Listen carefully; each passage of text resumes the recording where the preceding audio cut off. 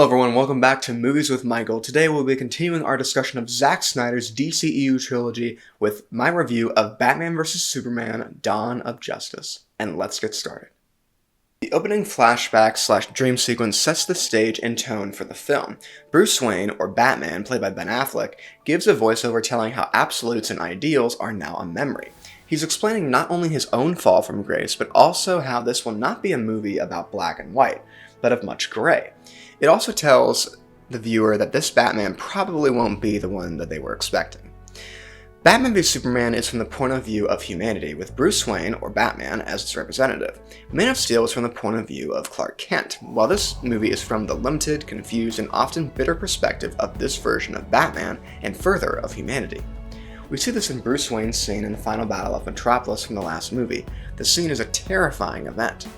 So much of the film is the world getting used to not only Superman, but also metahumans in general. There are many scenes in the movie showing the very skeptical and often passive-aggressive attitude that humans seem to have towards Superman, or at least that's what the media in the film wants us to think. We know, however, by the end of the movie, there were not as many people hating Superman as we were led to believe. This is Snyder showing the power that media has in people's lives, and even how it affects the story and its characters. The movie even goes as explicit as showing big tech philanthropist Lex Luthor as using it subtly for the manipulation of the public and Batman. With the mention of Luthor, let's talk about this film's portrayal of Superman's archetypal opposite. Jessie Eisenburg's portrayal of Lex Luthor is taken from a comic called Superman Birthright, which by itself is different from pretty much every depiction of the character in comic and film. However, the classic depiction of Lex as the evil capitalist is very much present in Eisenberg's portrayal. After all, a lot of powerful capitalists today are big tech, just like Lex in this movie. Despite the movie's subject being Superman and how different people are reacting to his existence and actions, the main character and villain of the film is Batman. Yes, you heard me, Batman is this film's villain, or at least for the first 2/3 of it. I'll say that understanding Batman in this film is crucial to understanding the film itself. For more on this, you can watch my video on Ben Affleck's portrayal of Batman and MWM Unfiltered Episode 2, where my dad and I talk more about BVS. Furthermore, the film is about and ends with Batman and humanity being shown that you can get back to the rules and fight the good fight. Through the sacrifice of Superman, their hope and faith are restored. As far as action goes, this movie has some of the best action I've seen in any comic book film. The movie has 4 main action scenes: the Batmobile chase, Black and Blue, the warehouse, and the fight against Doomsday. The Batmobile scene not only shows Batman's relaxed attitude towards indirectly killing criminals, but also sets him face to face with Superman for the first time.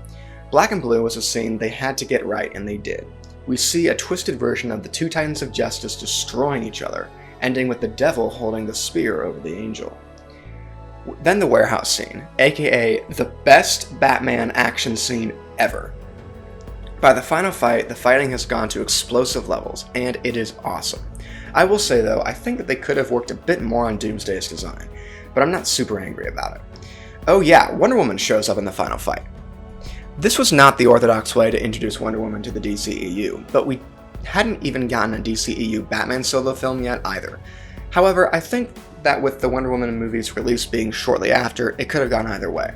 I do like her entrance in the final fight, with Hans Zimmer's music being her first scene though.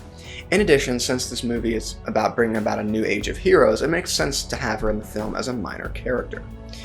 I would say the real flaws of this film are that it tries at certain points to do too much. I don't mind the film being long, but there are some scenes that should have been switched around. The main one is the scene where Wonder Woman looks at Lex Corp's metahuman files. The scene inherently isn't bad. I think it's actually really cool, but it should have been a post-credits scene. It seems odd to be placed almost right before the fight between Batman and Superman that ends the second act of the film. But wait, aren't there so many more problems with this film? I heard it was terrible. Well, I don't think so. Batman v Superman: Dawn of Justice is, in short, a clever comic book film that was given to an ignorant audience. Director Zach Snyder and his team bring inspiration from many different DC comic books to create a superhero epic that not only challenges our view of the most iconic superheroes of our time, but also gives us some of their greatest moments on the big screen. I was once very critical of this film, but that is now a thing of the past. If there is any movie in the comic book genre where you will reap the benefits of understanding the points it's trying to make, it would be this one. I will give Batman v Superman: Dawn of Justice a 9 out of 10. And that brings us to the end of yet another video. Thank you all so much for joining me today, and please remember to leave a like, comment down below what you think about Batman v Superman: Dawn of Justice, and subscribe for more content about movies, and join me next time where I will give you my review of Zack Snyder's Justice League. It's going to be a great one, and I'll see you all then.